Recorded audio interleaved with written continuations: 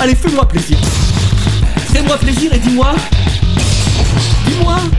que Vaquette est de retour et que, putain, il est toujours pas content.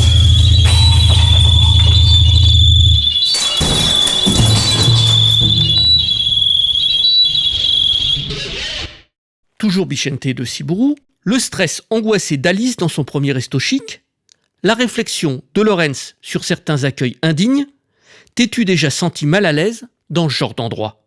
Déjà dû partir en ayant mangé que la porte ? Alors je vais répondre à ta question, mais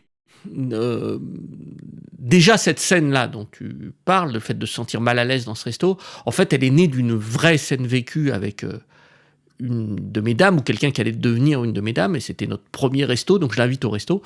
Je choisis le resto et je l'emmène pas dans un truc hyper chic, pas dans un resto étoilé, tout ça, bon, mais dans un resto Michelin, quoi, un truc un peu pas mal. Et poum, je la sens d'entrée, et elle le verbalise très bien, hyper mal à l'aise, exactement comme notre Alice, voilà, j'aurais dû l'amener au McDo, bon, ça aurait été horrible, mais elle aurait été à ce moment, ça lui aurait fait moins un sale choc, quoi, voilà. Donc c'est cette scène-là, je l'ai vraiment énormément romancée, voilà, énormément romancée à tout point de vue, mais c'est parti de ça. Et ensuite, pour répondre à ta question, alors, je pense que quand j'ai écrit ça, j'y ai pas du tout pensé, mais en lisant ta question, je me suis dit, ça m'a rappelé un truc, je me souviens, toujours avec ma première dame, toujours quand j'avais dans ces années-là, quoi, 18-19 ans, on se retrouve à Avignon pour toujours nos trucs comme Alice et Laurence, de faire des visites et de découvrir des belles choses. Bon.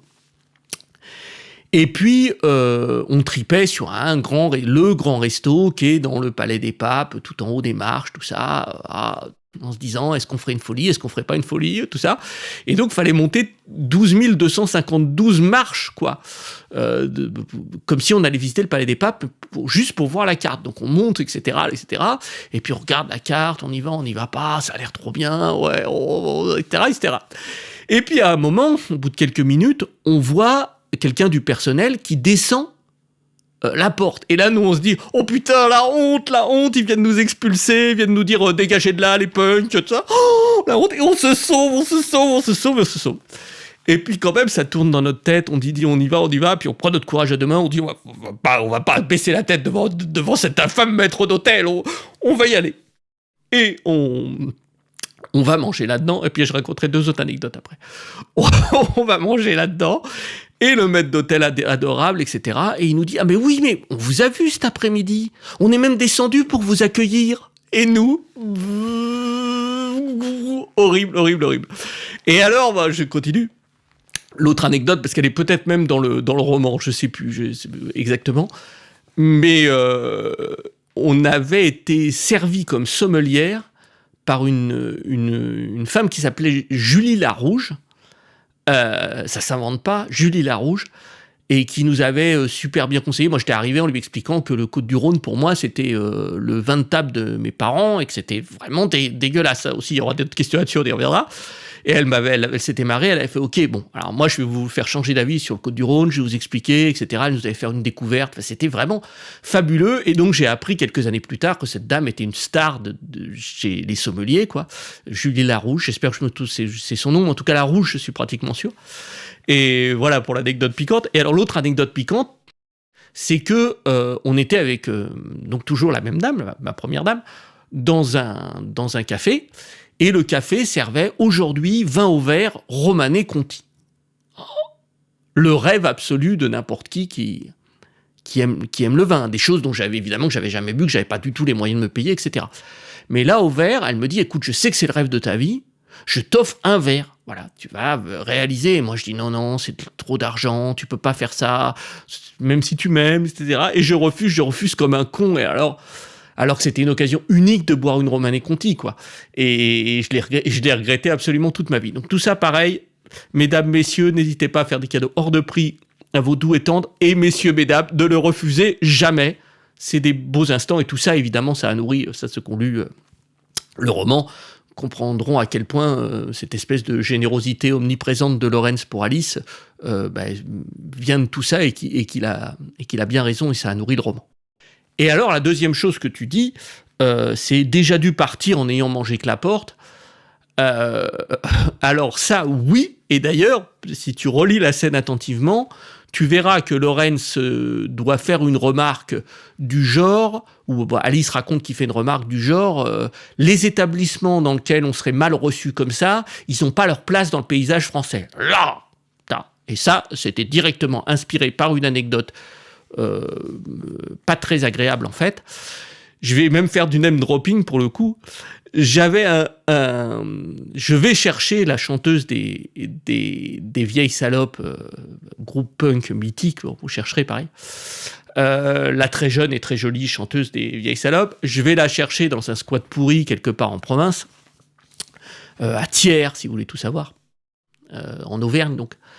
On s'en fout des détails. Et je l'invite à dîner. Et j'avais réservé, quand même, pour épater, que ça se passe super bien et tout, j'avais réservé dans un relais château. Blanc, comme ça.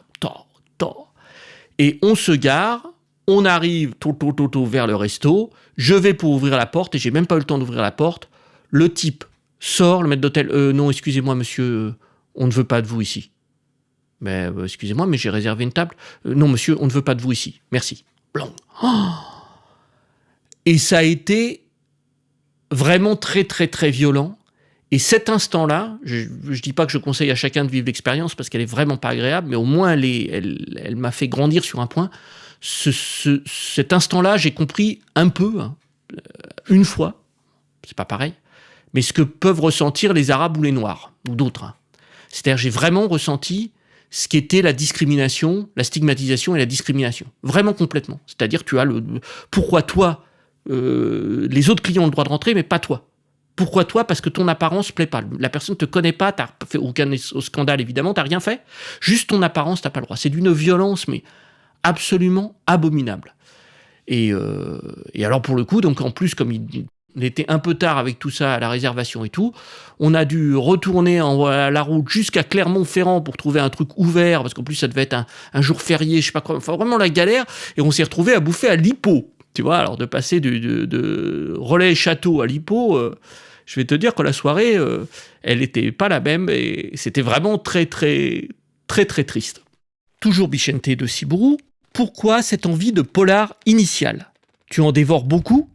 Quels auteurs t'ont influencé ou motivé ? Hamet, Benacquista, Manchette, Fajardi, Tardi, Bong Joon-ho, Moki ? Alors, pourquoi l'envie de polar initial ? Je raconte pas pour la millième fois l'histoire, c'est un truc codifié, faire rentrer du fric, un truc en 150 pages, puis j'aime bien, moi, jouer avec les formes, donc voilà, c'est pourquoi. Mais après, moi, j'en lisais pas beaucoup, et je suis pas particulièrement fan de polar. J'en lis, j'imagine, comme tout le monde, mais enfin, je suis plus sensible à Bernanos, à Bernanos, Monterland, Balzac, Sade, que au polar.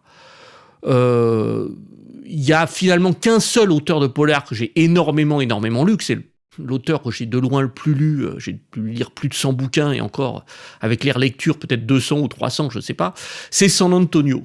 Mais est-ce que San Antonio, c'est vraiment, ça rentre dans la boîte polar, ou c'est autre chose, San Antonio, bon, je sais pas. Alors après, dans les gens que tu cites, moi j'aime bien Fajardi, bon, voilà, un homme en harmonie, je crois que j'en parle, un homme en harmonie, j'en parle dans Je gagne toujours à la fin.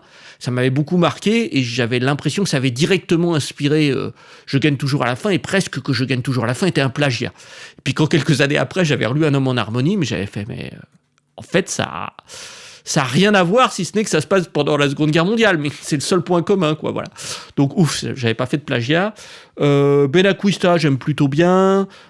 Hamet et tous les trucs américains, moi, bon, déjà, j'aime pas beaucoup la littérature étrangère parce que je suis très sensible à la forme, donc une fois que c'est traduit, il n'y a plus la forme, donc j'aime pas particulièrement. Manchette, je trouve ça, mais je sais qu'il a plein de fans et qu'il est déifié, mais moi, Manchette, ça reste un mystère, quoi. Manchette, tu comprends pas, Vaquette, parce que Manchette, c'est la quintessence du minimalisme. Tu vois, Vaquette, là, toi, où tu fais une phrase et que tu mets 50 mots, comme Jasper l'incroyable, Manchette, il met 3 mots. Il est entré. Oh, Ouais, d'accord, ok. Et puis pour les idées, c'est pareil. Toi, tu fais 14 digressions, tu as 2 idées profondes, 4 idées sur la politique et 8 idées philosophiques. Lui, il n'y a aucune idée. Enfin si, il y a une idée. Les riches sont des salauds, les pauvres sont des saints, les patrons sont des salauds, les flics sont des salauds, les pauvres sont opprimés et sont des saints. Ça, c'est de la pensée politique. Vaquette, tu ne comprends rien, Manchette. Bon, alors voilà, j'ai jamais été sensible à Manchette. Et puis sinon, tu nous dis Tardy, Bon John ou Moki, tout ça, mais bon, c'est pas du bouquin, donc on va pas digresser. Donc moi, j'ai pas lu beaucoup de polar. Oui, il y a Simon aussi dans la série. Alors, pareil, je crois que j'en ai parlé tout à l'heure. Si on l'a pas coupé au montage, bon, Simon... j'ai pareil un peu de mal, c'est tout petit, et les idées est tout petit, le style est tout petit. Bon, alors c'est de la littérature, si on veut être un peu méprisant avec les pauvres, on dira c'est de la littérature populaire. Ouais, d'accord, ok.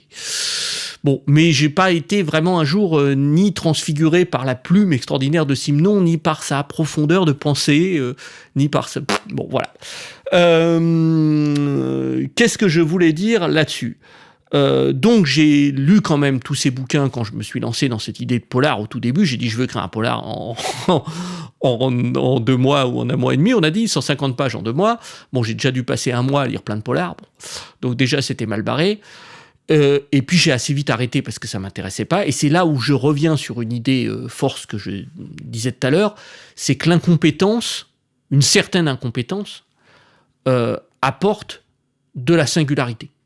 C'est-à-dire que si j'avais continué à lire pendant 3 ans des polars, me prendre des notes, dire « Ah oui, il construit ses personnages comme ça, il construit son récit comme ça, il met à tel endroit, à telle page, 1 tiers du récit, 2 tiers du récit, des rebondissements, etc., tel type de personnage secondaire », j'aurais fait un bouquin conforme, un polar conforme, ce qui est à mon avis pas très difficile à faire, et puis ça n'aurait eu aucun intérêt. Comme j'étais totalement incompétent sur le polar, j'ai écrit le polar à ma façon, comme j'ai écrit, j'y reviens là-dessus, comme j'ai écrit La Conjuration de la peur en faisant un rap à ma façon, qui ressemble à rien du tout, en tout cas pas au rap des autres, là pareil j'ai écrit un polar qui évidemment, comme La Conjuration de la peur est plus long parce que je devrais être celui-là, mais plus singulier et qui ressemble vraiment surtout pas au polar des autres. Alex, qui poursuit donc sur le polar, du champagne. Vous avez vu vous avez vu comme on a bien classé les questions quand même, trop la classe. Bon, Alex donc, du champagne, un cadavre et des putes, est entre autres choses un polar. Et qui dit polar, dit découverte du coupable vers la fin du roman. Ton expérience de juré qui t'a conduit à écrire Les 9 salopards va-t-elle modifier la suite de Du champagne, un cadavre et des putes ? À savoir, une fois le ou la coupable épinglé par les spalettes, traiteras-tu différemment son passage aux assises qu'initialement imaginé entre 2010 et 2017, si tu avais prévu de le faire au départ, ce qui n'est pas évident bien sûr. As-tu réécrit certains passages des tomes 3 et 4 après cette expérience judiciaire ? Alors, tu es très imaginatif, Alex, et c'est une très grande qualité, je t'en félicite. Mais alors, je te rassure, le bouquin, il fait déjà 2500 pages, tu vois.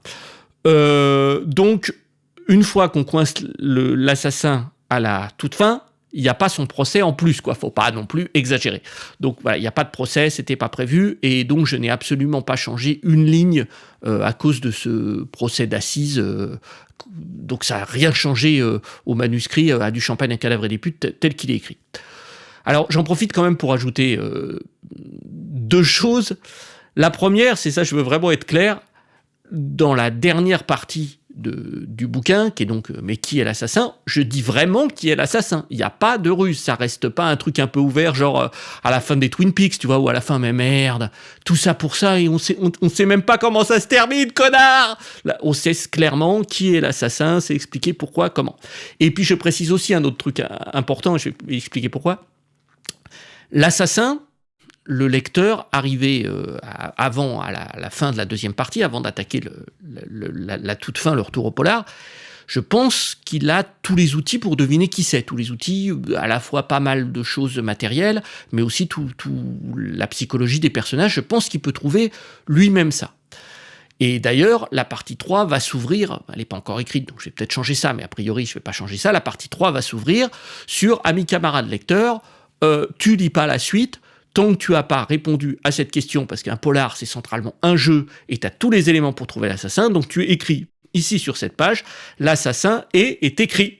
Et puis si à la fin t'as tort, tu te tapes la fiche devant tous tes potes, ouais, j'avais pas trouvé. Et quand tu prêteras ton bouquin, tu passeras pour un blaireau. Et puis si t'as trouvé, tu fais, ouais, je le savais, c'était trop facile, tout ça, etc. Donc je tiens vraiment, moi, à ce jeu avec le lecteur de mais qui est l'assassin et de lui avoir pas donné des fausses pistes, de lui avoir donné vraiment les vraies pistes pour qu'il trouve qui est l'assassin. Et je dis ça parce que parmi les nombreux, comme j'expliquais dans la question d'avant, là, les nombreux polars que j'ai lus pour préparer ce polar, il y en avait un dont j'ai oublié le titre, mais c'est pas important, d'un glumeux quelconque contemporain, et le type abusé, quoi. Bon, déjà, globalement, c'était mauvais, c'était paresseux, c'était lent, tout ça, bon. Mais il fait quand même le jeu du polar, il y a un crime, il y a des éléments d'enquête, et puis il y a des suspects. Alors, tu te dis qui c'est. Et à la fin, il arrive, finalement, c'est aucun des suspects, c'est un type, un marginal qui passait par là et puis qui a tué la victime. Donc en fait, tu te tapes les 100 ou 150 pages de son polar de merde, en essayant quand même de faire semblant de t'intéresser au suspect pour dire oui, ça doit être lui, oui, il a fait ça parce que, et en fait, c'est une autre personne qui passe. Alors là, je me suis vraiment, ça c'est le summum de la fainéantise et du je m'en foutisme. Donc moi, je tenais vraiment à respecter le lecteur et le jeu du polar. Donc il y a vraiment le jeu du polar et voilà, ça tiendra la route et tout et tout. C'est la première chose.